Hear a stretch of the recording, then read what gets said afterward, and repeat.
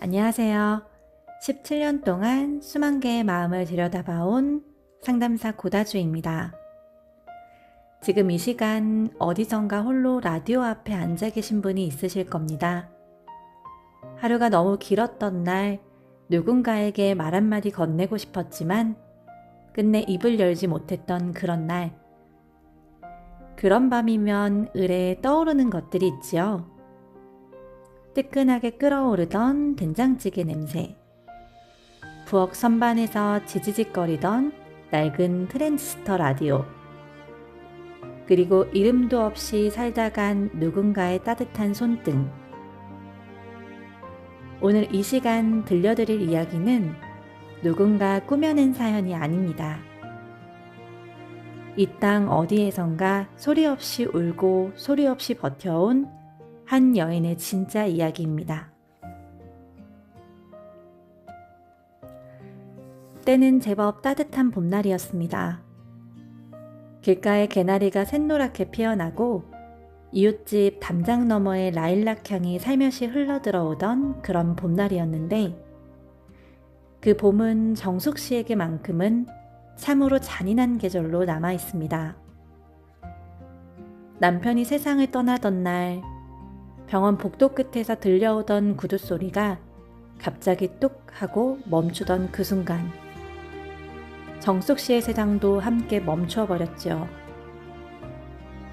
하얀 형광등 불빛 아래 무어라 말씀하시는 의사 선생님의 입술이 그저 움직이고만 있었는데 소리는 끝내 들리지 않더랬습니다.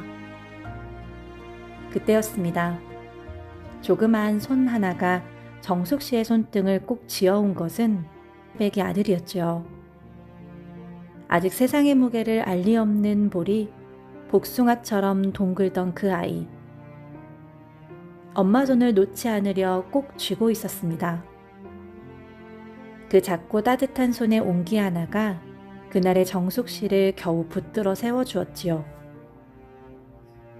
장례를 치르고 돌아온 집은 낯선 침묵으로 가득 차 있었습니다. 남편이 즐겨 앉던 식탁 의자, 그이가 벗어두고 간 낡은 슬리퍼, 아직 그이의 채취가 배어있는 베갯잎. 울고 싶었습니다. 마음껏 무너지도록 울고 싶었는데 그럴 수가 없었지요. 시어머니께서 함께 계셨으니까요. 남편을 잃은 충격이 얼마나 크셨던지 어머니께서는 그날 이후 정숙 씨를 알아보지 못하게 되셨습니다.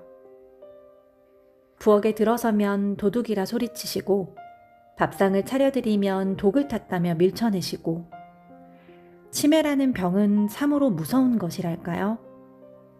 어제 인자하던 어머니는 그렇게 안개처럼 서서히 사라져갔습니다. 그리하여 정숙 씨의 하루는 시작되었습니다. 새벽 4시 어머니의 울음소리에 눈을 뜨는 것으로 이불을 갈아드리고 따뜻한 미음을 쑤어드리고 꼭 쥔 주먹으로 날아오는 손길을 묵묵히 받아내는 것으로 밤이면 부엌 한 구석에 쪼그려 앉아 고무장갑 위로 흐르는 눈물을 닦아내며 설거지를 마치는 것으로 그렇게 하루가 쌓이고 달이 쌓이고 해가 쌓였습니다. 사람들은 말하곤 했습니다. 왜 그 고생을 자처하느냐고, 왜 떠나지 않느냐고. 하지만 정숙 씨에게는 차마 내려놓지 못하는 것이 있죠. 어머니는 남편의 어머니셨으니까요. 그이가 세상에 없어도 그이가 걸어온 길의 흔적이 고스란히 남아 계신 분이었습니다. 그래서 버텼습니다. 시장 좌판에서 나무를 팔고 밤 11시까지 식당 설거지를 하면서 그 마음 하나만 붙들고 버텼지요. 그렇게 흘러간 세월이 어느덧 15년이었습니다. 정숙 씨가 처음부터 혼자였던 것은 아닙니다. 남편에게는 형님이 한 분, 누님이 2분 계셨습니다. 넉넉하지는 않아도 명절이면 한상 차려 둘러앉고 제삿날이면 어깨를 맞대던 사람들이었죠. 그런데 남편이 세상을 떠나던 날부터 그 사람들의 얼굴이 조금씩 달라지기 시작했습니다. 장례식장에서 울음보다 먼저 나온 것은 수근거리는 목소리였습니다. 아파트는 누구 명이냐? 통장은 어디 있냐? 어머니 도장은 정숙 씨가 가지고 있느냐? 영정사진 앞에서 그런 말들이 오가고 있었습니다. 정숙 씨는 그 소리를 들으면서도 아무 말 하지 않았습니다. 남편을 보낸 슬픔이 너무 커서 다른 것들이 귀에 들어오지 않았으니까요. 그러나 세월이 흐르면서 외면하고 싶었던 것들이 하나둘 수면 위로 떠오르기 시작했습니다. 시영님은 한 달에 한 번 오실까 말까 했고 시누이들은 명절에도 얼굴 한 번 비추지 않았습니다. 어머니 병간호는 온전히 정숙 씨 혼자의 몫이었지요. 기저귀를 갈아드리는 것도, 밤새 헛소리를 들어드리는 것도, 병원을 오가며 약을 챙기는 것도, 그 모든 것을 감당하면서도 정숙 씨는 단 한 번도 손을 내밀지 않았습니다. 도움을 구하는 것이 어쩐지 남편에 대한 도리를 저버리는 것 같았으니까요. 그러던 어느 해의 가을이었습니다. 시영님이 오랜만에 찾아오셨는데 그 눈빛이 예전과는 사뭇 달랐습니다. 어머니 명의로 된 외곽의 작은 땅이 신도시 개발구역에 편입됐다는 소문이 돌기 시작하던 그즈음이었지요. 15년 동안 전화 한 통 없던 시영님의 입에서 뜻밖의 말이 흘러나왔습니다. 어머니도 이제 괜찮으시니 요양원으로 모시는 게 어떻겠어? 정숙 씨는 그 말 속에 담긴 가시를 모를 리 없었습니다. 어머니를 시설에 맡기고 남은 재산을 정리하겠다는 뜻이었으니까요. 정숙 씨는 조용히 그러나 단호하게 고개를 저었습니다. 제 손으로 밥 한 술 더 떠드리는 것이 남편에 대한 마지막 도리라고 믿었으니까요. 그날 이후로 시댁 식구들의 태도는 눈에 띄게 달라졌습니다. 정숙 씨가 어머니를 학대하고 있다는 말이 동네에 퍼지기 시작했습니다. 누가 그런 말을 퍼뜨리고 다녔는지는 굳이 확인할 필요도 없었지요. 시누이는 느닷없이 찾아와 방안을 뒤지며 인감도장을 찾겠다고 소리쳤고 정숙 씨의 뺨을 향해 손을 들어 올리면서 굴러온 주제에 우리 집 재산을 가로막아? 라고 소리쳤습니다. 굴러온 돌이라뇨. 15년을 이 집 부엌에서 새벽을 맞이하고 15년을 이 집 마루에서 무릎이 닳도록 살아온 사람에게 그 한마디는 칼보다 더 깊이 베어들었습니다. 그래도 정숙 씨는 울지 않았습니다. 아니, 정확히는 울 수 없었습니다. 눈물을 보이는 순간 저 사람들이 이겼다고 생각할 것 같았으니까요. 대신 정숙 씨는 부엌으로 돌아갔습니다. 풍로에 불을 올리고 보글보글 끓어오르는 된장찌개를 저으며 속으로 되뇌었습니다. 이분은 내 남편을 낳아주신 분이다. 내 아들의 할머니이시다. 그 생각 하나로 또 하루를 버텼습니다. 밤이 깊어지면 어머니 방에서 알 수 없는 소리가 흘러나오곤 했습니다. 혼잣말인지 울음인지 아니면 오래전 기억 속 누군가를 부르는 소리인지.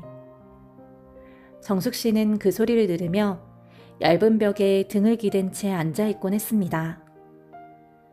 낡은 벽시계가 째깍째깍 소리를 내고 골목 어디에선가 고양이 우는 소리가 들려왔고 그 정막 속에서 정숙 씨는 홀로 앉아 있었지요. 내가 지금 옳은 일을 하고 있는 걸까? 그 물음에 처음으로 마음속의 고개를 들던 밤이었습니다. 그즈음 아들 민준이가 조심스럽게 정숙 씨의 손을 잡았습니다. 취업 준비로 지친 얼굴이었지만 눈빛만큼은 남편을 꼭 닮아 있었습니다. 엄마, 이제 그만해도 돼. 나 취업하면 우리 둘이 조용한 데로 가자. 아들의 그 말에 정숙 씨는 참아왔던 눈물을 쏟아냈습니다. 소리도 없이 흐르는 눈물이었습니다. 어깨도 들썩이지 않는 그냥 조용히 흘러내리는 눈물. 15년 동안 꾹꾹 눌러온 것들이 아들의 손온기 하나에 녹아 흘러내리는 것 같았지요. 그러나 정숙 씨는 고개를 저었습니다. 어머니를 두고 떠날 수는 없었으니까요. 어머니는 정숙 씨에게 남편이 두고 간 마지막 파편 같은 존재였습니다. 사방이 막힌 것 같은 날들이었습니다. 그러나 가장 깊은 어둠은 동이 트기 바로 직전에 찾아오는 법입니다. 정숙 씨에게도 그 밤이 찾아오고 있었습니다. 계절이 몇 번 바뀌는 동안 어머니의 몸은 눈에 띄게 작아져 갔습니다. 드시는 양이 줄고 일어나 앉으시는 시간도 짧아지고 창밖을 바라보시던 눈빛도 어느새 초점을 잃어가고 있었지요. 정숙 씨는 그 변화를 하루하루 몸으로 느끼고 있었습니다. 아침마다 어머니의 손을 잡아보면 어제보다 조금 더 차가웠고 어제보다 조금 더 가벼웠습니다. 그 손이 언젠가 완전히 차가워질 날이 멀지 않았다는 것을 정숙 씨는 가슴 깊은 곳에서 느끼고 있었지요. 의사 선생님은 조심스럽게 말씀하셨습니다. 마음의 준비를 하시는 게 좋겠다고. 그 말을 듣고 돌아오는 버스 안에서 정숙 씨는 창밖을 내다보았습니다. 빠르게 지나치는 거리의 풍경들, 웃으며 걷는 사람들, 손을 잡고 걷는 노부부. 그 평범한 풍경들이 그날따라 유독 멀게 느껴졌습니다. 나에게도 저런 날이 올 수 있을까? 그냥 아무런 걱정 없이 누군가의 손을 잡고 천천히 걸을 수 있는 날이. 그 생각이 가슴 한켠을 지나갔지만 정숙 씨는 이내 고개를 저었습니다.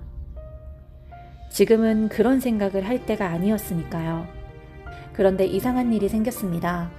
어머니의 건강이 나빠진다는 소식이 퍼지자 그토록 발길을 끊었던 시댁 식구들이 하나둘 모습을 드러내기 시작한 겁니다. 시영님이 먼저였습니다. 오랜만에 나타난 얼굴치고는 너무도 익숙한 듯 집안을 둘러보았지요. 서랍을 열어보고 장롱위를 손으로 훑어보고 어머니 방안을 유심히 살피는 눈빛. 그 다음엔 시누이들이 왔습니다. 오자마자 어머니 손을 잡기보다 서로 낮은 목소리로 무언가를 속삭이는 모습이었습니다. 정숙 씨는 부엌에서 차를 끓이며 그 소리를 듣지 않으려 했습니다. 하지만 얇은 벽은 듣고 싶지 않은 말들을 고스란히 저에게 전해주었지요. 땅 이야기, 통장 이야기, 어머니가 가시기 전에 처리해야 할 것들 이야기. 병상에 누워 계신 어머니 곁에서 그런 말들이 오가고 있었습니다. 어느 날 오후였습니다. 시영님이 정숙 씨를 마당으로 불러냈습니다. 목소리는 낮았지만 그 안에 담긴 것은 분명히 협박이었습니다. 어머니 명의로 된 서류들을 모두 내놓으라고, 그렇지 않으면 법적으로 처리하겠다고. 정숙 씨는 가만히 그 말을 들었습니다.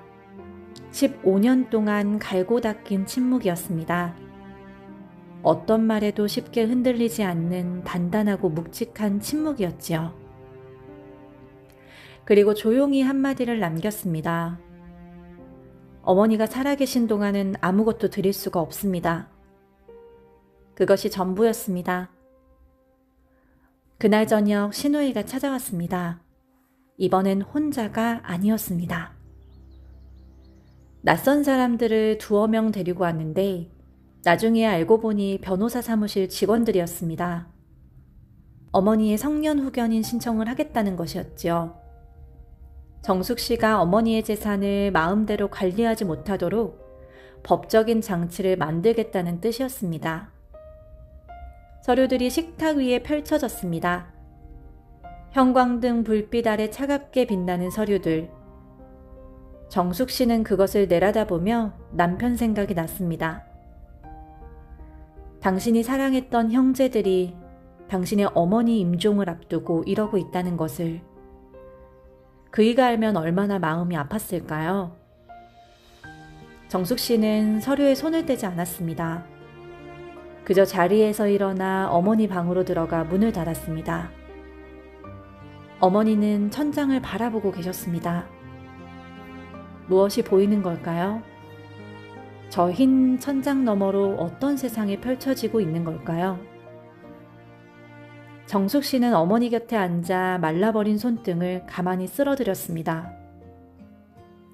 거실에서는 아직도 시끄러운 소리가 들려오고 바깥에서는 찬바람이 창문을 흔들고 있었는데 어머니 방 안만큼은 이상하게도 고요했습니다.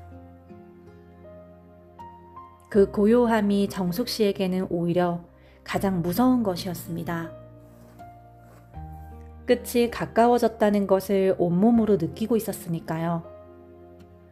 그날 밤이었습니다. 모두가 돌아가고 집안이 잠잠해질 무렵 정숙 씨는 어머니 곁에서 스르르 잠이 들었습니다. 얼마나 지났을까요?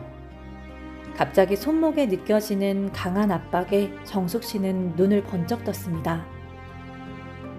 어머니였습니다. 평소와는 다른 힘으로 정숙 씨의 손목을 꼭 쥐고 계셨습니다. 그리고 그 눈빛이 오랫동안 보지 못했던 눈빛이었습니다. 흐리멍텅하지도 허공을 헤매지도 않았습니다. 형형하고 맑고 그리고 너무도 또렷한 눈빛으로 정숙 씨를 바라보고 계셨지요. 입술이 파르르 떨렸습니다. 무언가를 말씀하시려는 것 같았습니다. 정숙 씨는 숨을 죽이고 귀를 가까이 댔습니다. 그러나 어머니는 이내 눈을 감으셨습니다. 쥐고 있던 손도 천천히 놓으시면서 깊은 잠 속으로 다시 빠져드셨지요. 정숙 씨는 한동안 그 자리에서 움직이지 못했습니다. 어머니의 손을 두 손으로 감싸진 채 차갑게 식어가는 방 안에서 그냥 그렇게 앉아 있었습니다. 어머니는 무슨 말씀을 하려 하셨던 걸까요? 그 떨리던 입술 안에 어떤 말이 담겨 있었던 걸까요?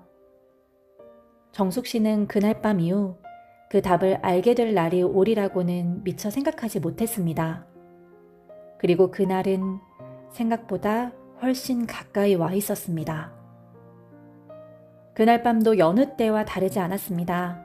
시댁 식구들이 다녀간 자리에는 찻잔 몇 개와 식탁 위에 흩어진 서류들만 남아 있었고 정숙 씨는 그것들을 말없이 치우며 하루를 마무리하고 있었습니다.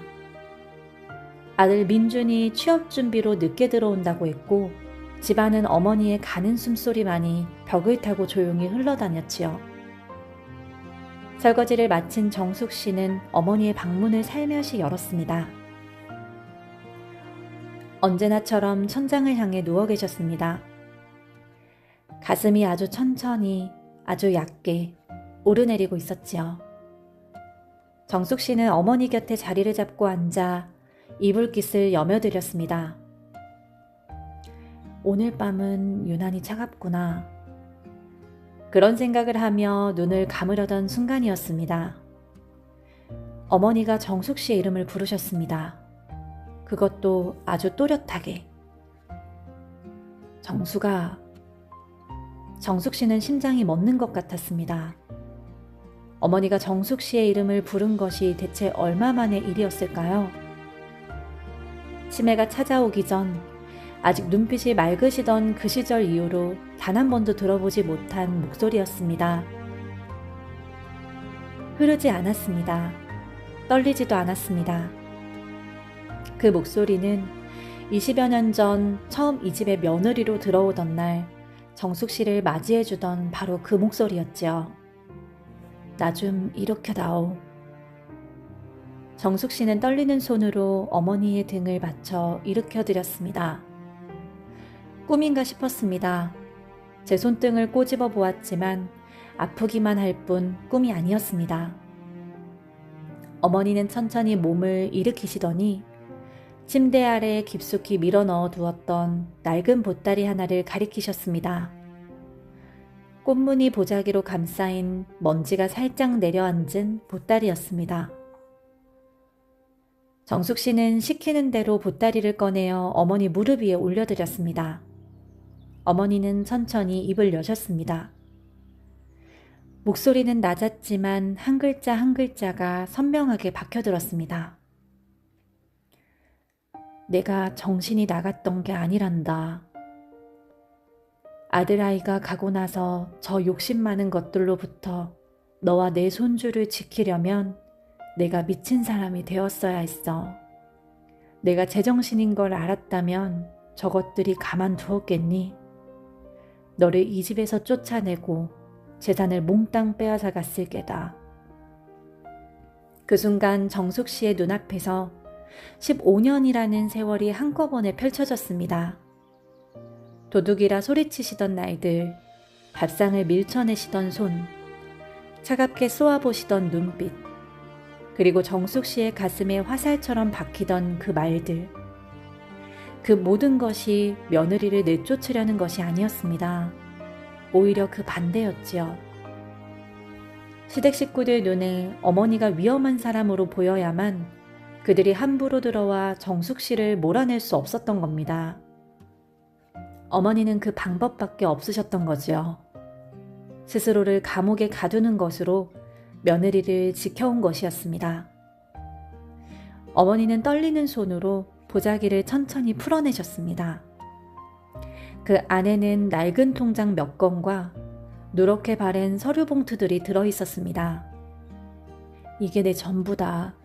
저것들 몰래 숨겨둔 땅이랑 아들아이 보험금, 그리고 내가 한 푼 두 푼 모아온 돈이다. 다 네 이름으로 돌려놨어. 이건 네가 15년 동안 나한테 해준 것에 비하면 아무것도 아니지만. 어머니는 봉투 안에서 작은 종이 한 장을 꺼내셨습니다. 접히고 또 접혀 손때가 밴 종이었습니다. 얼마나 오래 품고 계셨던 걸까요? 어머니는 그것을 정숙 씨의 손바닥에 가만히 쥐어주셨습니다. 정숙 씨는 손이 떨렸습니다. 종이를 펼치는 손가락이 말을 듣지 않았습니다. 겨우 펼쳐낸 종이 위에는 삐뚤빼뚤하지만 또렷한 글씨로 이렇게 적혀 있었습니다. 착한 내 아가, 이제 도망가라. 나 죽거든 뒤도 돌아보지 말고 네 인생 살러 멀리 도망가라. 미안하다. 그리고 고맙다. 정숙 씨는 그 자리에서 어머니를 꼭 껴안았습니다. 목소리가 나오지 않았습니다. 울음조차 제대로 나오지 않았죠. 그냥 어깨가 흔들거렸습니다. 온몸이 흔들거렸습니다. 어머니도 정숙 씨의 등을 아주 천천히, 아주 조용히 두들겨 주셨습니다. 말라버린 그 손으로, 뼈만 남은 그 팔로 15년 동안 단 한 번도 해주지 못했던 그 토닥임을 그제서야 해주셨지요. 어머니는 그날 밤 이후 다시 눈을 감으셨습니다. 말씀도 잃으셨습니다. 하지만 달라진 것이 있었습니다. 그 후로 어머니의 눈빛은 정숙 씨를 향할 때마다 따뜻하게 빛나고 있었습니다. 도둑을 보는 눈빛이 아니었습니다. 낯선 사람을 보는 눈빛도 아니었습니다. 오래 보고 싶었던 사람을 마침내 바라보는 눈빛이었지요. 그것만으로도 충분했습니다. 15년이 걸렸지만 정숙 씨는 그제서야 어머니의 마음을 온전히 받아 안을 수 있었습니다. 어떤 사랑은 말로 전해지지 않습니다. 어떤 사랑은 오히려 침묵으로, 때로는 모진 말로, 때로는 외면하는 척하는 눈빛으로 전해지기도 합니다. 어머니의 사랑이 그러했습니다. 그리고 그 사랑은 이제 막 정숙 씨의 가슴 속에 깊이 뿌리를 내리기 시작하고 있었습니다. 어머니께서 떠나신 것은 그로부터 일주일 뒤였습니다. 새벽녘이었지요. 창밖에는 별이 총총하고 바람 한 점 없이 고요한 밤이었는데 정숙 씨가 어머니의 손을 잡고 있는 사이 어머니는 그렇게 조용히 숨을 거두셨습니다. 소리도 없었습니다. 몸부림도 없었습니다. 마치 오래 참아왔던 긴 숨을 한 번에 내려놓는 것처럼 그렇게 편안하게 가셨지요. 정숙 씨는 한동안 그 손을 놓지 못했습니다. 차갑게 식어가는 손이었지만 그 안에서 아직 온기가 남아있는 것 같아서, 놓는 순간 정말 끝이 날 것 같아서. 장례식장은 예상대로였습니다. 시댁 식구들은 어머니가 돌아가신 그 밤부터 재산 이야기를 꺼내기 시작했습니다. 통장은 어디 있냐? 땅 문서는 누가 가지고 있냐? 유언장 같은 건 없냐? 영정사진 앞에서 향 연기가 피어오르는 동안에도 그 소리는 멈추지 않았습니다. 정숙 씨는 아무 말도 하지 않았습니다.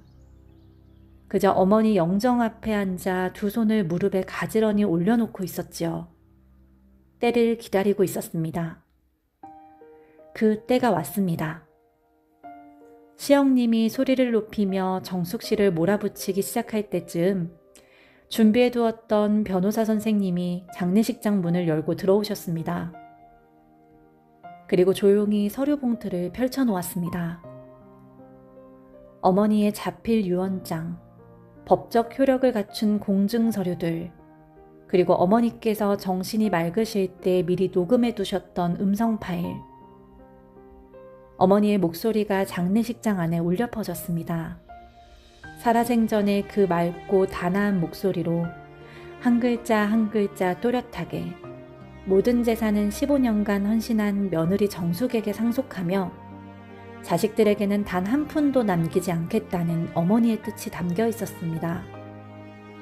시댁 식구들의 얼굴이 하얗게 질렸습니다. 지영님은 목소리를 잃었고 시누이들은 자리에서 벌떡 일어났습니다. 말도 안 된다고, 어머니가 제정신이 아니셨다고, 법적으로 무효라고. 소리를 지르고 발을 굴렀지만 변호사 선생님은 차분하게 서류를 정리하시며 단 한마디만 하셨습니다. 법적으로는 아무런 하자가 없는 완벽한 서류들이라고. 그들은 결국 빈손으로 장례식장 문을 나섰습니다. 정숙 씨는 그 뒷모습을 보면서도 통쾌하다는 생각이 들지 않았습니다. 그저 마음 한구석이 오래된 빈 항아리처럼 텅 빈 느낌이었지요. 이기고 진 것의 문제가 아니었으니까요. 그냥 많이 지쳐 있었습니다. 어머니를 남편 곁에 모신 날 정숙 씨는 산소 앞에 한참을 앉아 있었습니다. 늦가을 바람이 상등성이를 타고 내려오고 억새풀이 하얗게 흔들거리던 날이었습니다. 정숙 씨는 남편 비석을 손으로 쓸어내리며 오랫동안 하지 못했던 말들을 꺼냈습니다. 이제 어머니랑 같이 있어요. 나 갈게요.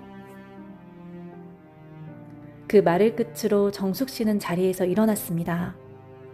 뒤돌아보지 않았습니다. 어머니의 쪽지에 적힌 대로 도망치듯 걸음을 옮겼습니다. 정숙 씨와 민준이가 이사한 곳은 남해 바닷가의 작은 마을이었습니다. 골목마다 동백꽃이 피어 있고 아침이면 갈매기 소리에 눈을 뜨는 그런 조용한 곳이었습니다. 정숙 씨는 그곳에서 작은 카페를 열었습니다. 메뉴는 단출했습니다. 직접 내린 커피 한 잔과 어머니께 자주 끓여드리던 된장찌개.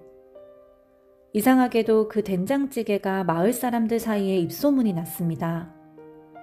손님들은 한 그릇을 비우고 나서 꼭 이런 말을 했습니다. 어머니 손맛 같다고. 그 말을 들을 때마다 정숙 씨는 괜히 뒤돌아서서 앞치마 끝으로 눈가를 닦곤 했습니다. 아침에 눈을 뜨면 창밖으로 바다가 보였습니다. 철썩이는 파도 소리, 멀리서 들려오는 어선의 엔진 소리, 처마 끝에 걸린 작은 풍경이 맑게 울리는 소리.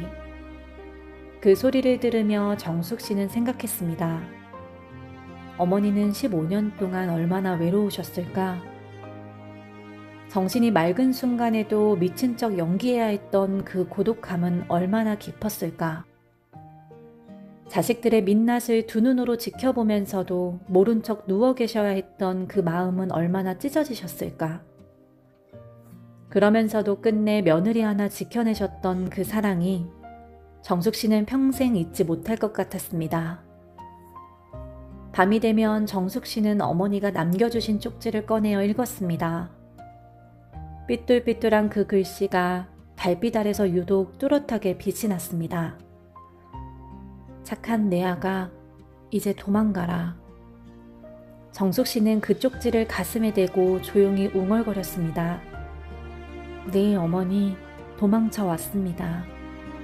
이제 살러 왔습니다. 정숙 씨의 사연을 읽는 내내 가슴 한켠이 무겁고도 따뜻했습니다. 17년 동안 수많은 사연들을 들어왔지만 이렇게 긴 인내 끝에 이렇게 깊은 사랑이 드러나는 이야기는 참으로 드문 일이었습니다. 상담사의 시선으로 바라볼 때 정숙 씨에게서 가장 먼저 보인 것은 흔들리지 않는 자기중심이었습니다. 사방에서 퍼붓는 비난과 모욕 속에서도 정숙 씨는 단 한 번도 스스로를 잃지 않았습니다. 그것은 결코 미련함이 아니었습니다.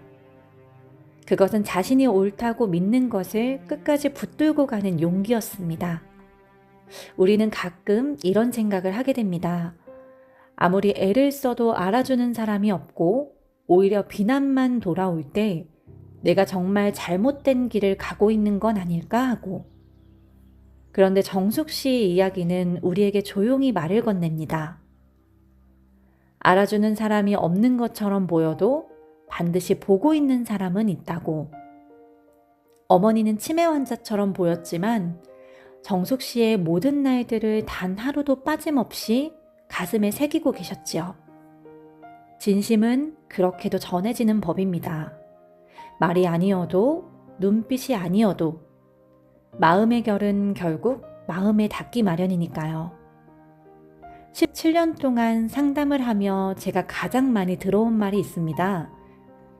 이렇게 참고 살아야 하나요? 그때마다 저는 이렇게 묻곤 합니다. 지금 당신이 붙들고 있는 것이 무엇인지 알고 계시느냐고. 정숙 씨가 붙들고 있었던 것은 남편에 대한 사랑이었고 어머니에 대한 연민이었고 아들에게 부끄럽지 않은 어머니가 되고 싶다는 조용한 다짐이었습니다. 그 뿌리가 깊었기에 어떤 바람에도 쓰러지지 않았던 것이지요. 지금 긴 터널 속에 계신 분들께 조심스럽게 여쭤보고 싶습니다. 지금 당신이 붙들고 있는 것은 무엇인가요? 그것을 찾으셨다면 아마도 이미 그 터널의 끝을 향해 한 발씩 걷고 계신 겁니다. 그리고 한 가지 더 말씀드리고 싶습니다. 어머니가 정숙 씨에게 남긴 말, 도망가라는 그 말은 포기하라는 뜻이 아니었습니다. 희생으로 점철된 삶의 굴레에서 벗어나 비로소 자신의 삶을 살라는 어머니의 가장 깊은 사랑이었지요. 우리는 때로 너무 오래 남을 위한 삶을 살다가 정작 자신에게는 단 한 번도 허락하지 않는 것들이 있습니다. 쉬는 것, 웃는 것, 그리고 가만히 바다를 바라보는 것. 그것들이 결코 사치가 아님을 정숙 씨의 이야기가 조용히 일깨워줍니다. 당신도 이제는 스스로에게 허락해 주셔도 됩니다. 살러 가도 된다고, 도망치듯이라도 살러 가도 된다고. 오늘 들려드린 이야기, 어머니의 마지막 쪽지. 여러분들의 마음에는 어떤 울림으로 남아있으신가요? 인생은 참 묘한 것이어서 가장 모진 시간이 지나고 나서야 그 안에 담긴 사랑이 보이기도 합니다. 어쩌면 지금 이 순간 여러분 곁에서도 말로 표현하지 못해서 표현할 줄 몰라서 그냥 묵묵히 곁에 있어주는 사람이 한 명쯤 있을지도 모릅니다. 오늘 밤은 그 사람을 한 번쯤 떠올려 보시길 바랍니다. 그리고 가능하다면 작은 것 하나라도 전해주시기 바랍니다. 따뜻한 밥 한 끼가 되어도 좋고 오랫동안 못한 전화 한 통이 되어도 좋습니다. 사랑은 언제나 그런 작은 것들 속에 살고 있으니까요. 지금까지 오랜 시간 함께 해주셔서 진심으로 감사합니다. 오늘 이야기가 여러분들의 지친 하루 끝에 작은 위로가 되었다면 구독과 좋아요 눌러주세요. 여러분의 응원이 다음 이야기를 만드는 힘이 됩니다. 지금 창밖에는 조용한 밤이 깊어가고 있네요. 부디 오늘은 모든 걱정 내려놓으시고 당신의 영혼이 가장 편하게 쉴 수 있는 밤이 되시길 빌겠습니다. 지금까지 고요하고 다정한 주파수 상담사 고다주였습니다. 내일도 당신의 마음을 읽어드리러 오겠습니다. 편안한 밤 되세요.